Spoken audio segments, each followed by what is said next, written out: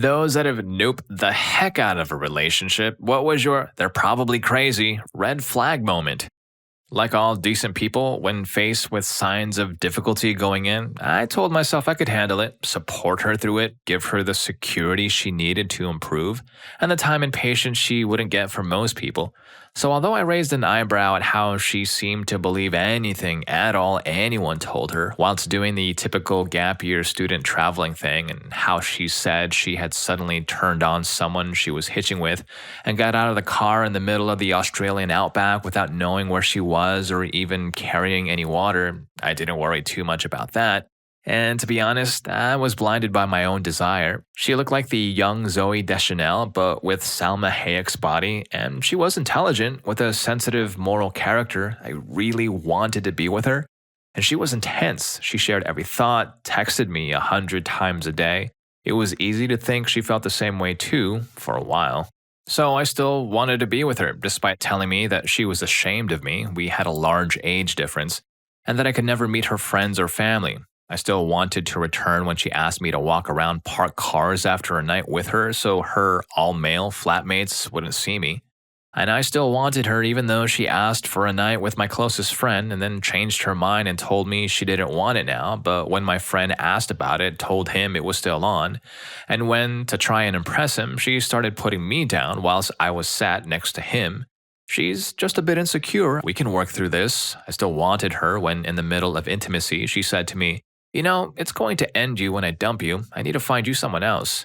And I still wanted her to come back when she suddenly flipped and screamed and ran out of the room. When we came to leave, I spent an hour and a half with her trying to find them, as she was now paranoid someone else would find them. 2 months later, it turned out she'd hidden them in my own in the boot of the car and instantly forgotten she'd done it. And I still wanted her when she would get manically depressed and her male colleagues took advantage and told her to dump me and be with them. When she was good, she was incredible, and I really wanted to believe. I still sort of wanted her when we'd book a short holiday after minor surgery I had scheduled, and she dumped me again a few days before the hospital appointment. Asked we still go as friends, but no, changed the single bed booking. And she started drifting around the road whilst driving and said to me, "Isn't it amazing when you start to see the lights on the road dancing around?" And then she got furious with me when I demanded she pull over and take a rest because I was genuinely scared we were going to crash. I still softened and foolishly forgave her despite a following row over wanting to sit on the bed for a moment and rest because I was hurting. And the movies I brought with me that she'd said she wanted to watch before we left, she now said she didn't and had always hated them, and then started hitting me as hard as she could with pillows, claiming she used to fight like this with her sister whilst I refused to raise a hand to her. I finally started to stop ignoring red flags when, on Christmas holiday, she flirted badly with my brother and completely ignored me sitting next to her. The "nope the heck out now" moment came when she texted me to say an old university friend had written telling her she was his dream girl and would she be his, and she wanted to know if she could do it. I said, "No, he's asking you to be exclusively his. Don't you care what you're doing to me?" And she said, "Well, can you out-compete him? Tell me what I would do for you." So I threw some ideas out that we'd often talked about, and suddenly she ghosted me for a day or so. When she finally got back in touch, she said she told him no, but I told her it was over. Except even nearly a year and a half later, it's not. She contacted my friends, she called my family. I told her to leave me alone, she wasn't respecting my needs. And 6 months later, she sends a text hinting that her life isn't going so well and she finally appreciates me. Thinking she was in trouble, I stupidly picked up her next call. She proceeds to tell me all about her new boyfriend she made maybe a month after we stopped talking, but "I wish he was more like you. He doesn't do any of the great things you do." And I ended up in tears. I text her the next day and ask if she understands what I said. She says, "I need to focus entirely on him." And then I blocked her number. My line then gets tested numerous times by a withheld number. She continues to call my friend. He doesn't have the courage to tell her it's not fair because, well, she's amazingly charming when she's new to you. On my birthday, she calls again. Eventually, I work out she's using her mother's business lines to get around call blocking. I tell her I don't even want to talk to her. And she still keeps calling people who know me. And recently, I discovered she'd moved to another flat full of men she's with. but that she's also switched jobs. She's working in care just like I do to try and understand me better. I wonder if she'll understand what it's like to work 12, 14-hour shifts with the passing and then come out of work to a text that asks her to outcompete other women or she'll likely be dumped again. Probably not. She's not evil, but I never worked out what exactly personality disorder she clearly has. But it wasn't one that responded to dedicated love and devotion, so for my own mental health's sake, she's permanently red flagged. I miss her still, of course, at least the things she told me because she wanted to please me, but I have no idea which of them were even actually ever really true. My feelings were, but still, red flag, red flag. Whoa, yep, that is a big flamin' red flag. Girl was hot, no doubt, and obviously a hot mess, too. And our guy here, he fell so hard that he just ignored one too many red flags, but yeah, I gotta say, I've been there. It's a cool story to tell and maybe some crazy memories to keep, but definitely, she is not a keeper. Let her go, bro, like for real, let her go. Story 2. All these little things started adding up and making me think his actions had manipulative intentions as opposed to sincere ones. He kind of had to talk me into dating him. I was at a really, really low point in my life and he was very much aware of it, so I told him I wasn't in a place to date anyone. But then it was give me just one day, just a chance. I know how to make your life better and take care of you. I beat depression, so if there's anyone who can help you, it's me. I can introduce you to the most loving people and friends. You don't even realize it, but your friends now, they're all terrible. I'll show you what it's like to have real friends. He then begged me to stay the night after our first date, not for intimacy, but because he genuinely just wanted to have me next to him. Then it was the next night and the next night. The first night, I just wanted to go home, giant crying freakout fit. It's the honeymoon phase, you're supposed to never want to leave my side. I stayed to appease the crying. He always talked about how well liked he was in his friend group, how his friends are real good people, unlike my quote unquote trash friends. Basically said he was the king of the best, nicest, coolest people, and that I'd fit right in and finally be surrounded by people who really love me. But they were all kinda jerks and they didn't like him as much as he said they did, so I ended up being very isolated. It was always just the two of us. He said he loved me after 2 weeks, and when I said I was uncomfortable with that because it was too early, he promised to stop saying it, but then couldn't help it because his love was too strong, and he was going to keep those feelings inside. I kind of felt browbeaten into saying it back.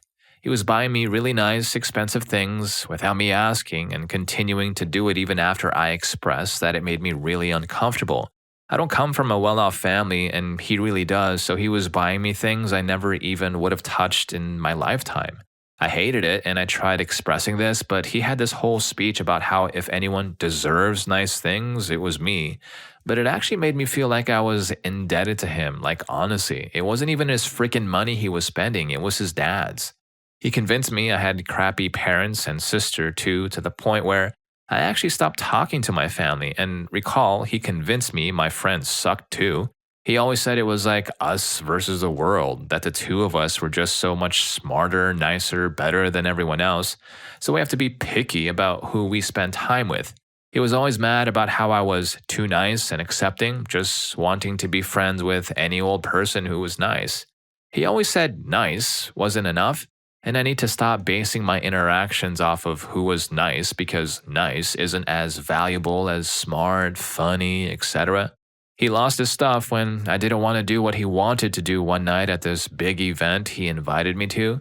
I'd even said I was fine doing it the next night, but that I just didn't want to do it 2 nights in a row. So cue, freak out, yelling, threatening to send me home and naming all the other girls he could have taken instead of who would actually be fun. Ugh. I just let myself be manipulated so easily. It sucks to look back on, but I like to think I'm more aware of the signs now. Story 3. After dating this girl for about a year, her parents surprised me with a contract stating I would propose to my girlfriend within 3 months. I thought my girlfriend would share my concern, but she actually thought I was being irrational for not signing. I noped the heck out of that one and later blocked that entire family from my life in every single way I could. To answer a couple of common questions, they were a white, non religious family in America. Marriage/proposal contracts are definitely not cultural here. No one I know has heard of this. The contract even included a specific date by which I needed to propose with a diamond ring. There was nothing written in regards to what happened if I broke the contract, since they'd assumed I'd sign and propose without question or hesitation. After we broke up, her parents threatened with legal action. I don't know what for, but that was enough to convince me to cut all ties with that family. I'm just so confused right now. Really brings that you're not just marrying the person, but you're marrying the family too vibes, but like in the worst way possible. And if you're just utterly shocked as I am about that, then please don't forget to hit that like button and subscribe to my channel so you don't miss anything. Story 4. Her complete inability to leave money in a checking account. She had a frightening compulsion to spend more than we had. I kept thinking that she would settle down once we had a few items for our apartment. And after 6 or 7 years, I finally realized we could never dig out of the debt we had and we broke up. I took $10,000 in credit card debt to pay off the guilt I felt for leaving her and lived in a shack to save up money. Within a year or so, I had paid off the bills and started watching my bank account grow and grow. It became a game for me, and I still kept living like a pauper. And by the time I met somebody else and proposed, I had so much money that my new wife yelled at me that it was not making interest in my checking account. And she was right, but it still broke my heart to see my checking account game get reset. Oh, and we celebrated 17 years of marriage this year. She's definitely a keeper. Story 5. We were not in a relationship, thank God, but after the first date, I had this weird feeling. 2 red flags stood out. He was slightly irritated to learn I was in my 30s, even though he was 40. As in, irritated that I was not younger. I look much younger than I am. Not angry irritated, but you could tell he was slightly disappointed. Then when I mentioned how I used to be incredibly gullible and naive, he took quite an interest in that. Too much of an interest. So that night after I got home, I Googled him but couldn't find anything, talked to my upstairs neighbor about him and showed her a picture. Lucky for me, she knew who he was because he went to school with her ex-husband. And it turns out I couldn't find him because he gave me a fake last name. Looked him up using the correct name and what I found made me sick to my stomach. Not only was he almost 10 years older than what he told me, but he also had 1 conviction and 2 arrests. I read the documents and their physical description matched mine to a T, hair type, body type, etc. I noped out of that situation really freaking quick and told him never to contact me again. To his credit, he never did. Story 6. Not really a relationship, but a first date. I was a junior in college at the time, and one of my TAs asked me out. I believe he was like 3 years older than I. He picked me up at my apartment, and I let him in while I finished getting ready. He started telling me how he could teach me so much about the world and life in general and how I had so much to learn, blah, blah, blah, blah. Basically, he was saying I was his inferior, but he'd be happy to teach me until I was more at his level. It was really a WTF moment, like why would someone think the way to a girl's heart was to disparage her intelligence and tell her how superior you were? I showed him the door and locked it behind him. I was seriously waiting for him to mess with my final grade, but thankfully he didn't, which is good because I would have rained down on his stupid head. Story 7. So I've got a recent one. We'd only been talking for a few days, so at this point there is no commitment or anything really beyond a confirmed mutual interest. Immediately I noticed she was getting a bit clingy in that she wanted to talk on the phone several times a day. So I'm already in establishing boundaries mode right off the bat. Anyway, I was walking home from the store one day and it had just started raining, and my phone battery was almost drained. I had just enough charge left to listen to an audiobook, but not enough for a phone call, and this is when she calls me. So I begin to explain that I'm walking in the rain and my battery's drained and that I'll call her when I get home. I didn't even get to finish the sentence because she starts with, "Look, if you don't want to talk to me, just say it and quit wasting my time." Oh, no, you didn't freaking just lay a guilt trip on me for being soaked and miserable on the side of the road with a drained battery? I shot back with, "Don't you even start that stuff with me or I'll never speak to you again." She hung up and that sealed the deal. My battery did in fact drain on the way home, and then I logged into Facebook and there's like already 3 messages from her. The first one is angry, the next one is apologetic, and the third one is promising never to start drama again. I just blocked her. I checked the phone and there's a bunch of similar text. She kept texting for a few days after that and eventually she gave up. I didn't read any of them. Word to the wise, If there are two ways to interpret your motives and someone always chooses the interpretation that leads to drama, get the hell away. There was no winning at all in that situation, and that's how it always goes with people like that. If you're the trusting sort like me, the tendency is to take their complaints at face value and try to make things better the next time. It'll never happen. I've wasted a lot of time on people exactly like that, and I was pretty proud of myself for finally recognizing those head games on site and putting a stop to it immediately. All right, fellas, that is the first red flag. Getting clingy way too early in the game. A literal ball hogger, this one was, yeah? And with the sassy nerves to match, getting mad at this poor fella for not taking a call in the rain, walking home with less than 10% of battery left? A drama-filled life is not the way to live, am I right? Story 8. Had a brief thing with this one girl, found out shortly after she had a boyfriend of 3 years. I told her we couldn't continue, but if there was an issue with her boyfriend when it was dealt with, I would be open to dating her. Well, she never broke up with him and instead actively stalked me. She knew where I would skate at the time, and she would hide in the woods and text me saying stuff like, "So you can't meet up with me, but you can skate with your friends at location?" I blocked her on social media and ignored her calls and texts, and she continued to do so anyway daily for 3 months. Dodged a bullet. Slightly different one, but this other girl I dated on and off for a year, this girl completely messed me up. She talked me into harming myself because she was sick of hearing me complain. Now keep in mind, I was in a really tough spot with my depression too. I was always cautious when I would date her again, but every time it was the same damn trap I fell for. The moment I would show I was interested in her, she would break up with me. And the final straw was when she did that for probably the 6th time, and I knew I would fall for it again. So instead of trying to talk about feeling, I told her to bug off and punched her wall. Was it immature? Absolutely, but it got the job done. It ended it entirely, and she never wanted to get back together. Unfortunately for me, she started a rumor that I was the emotionally and physically cruel one.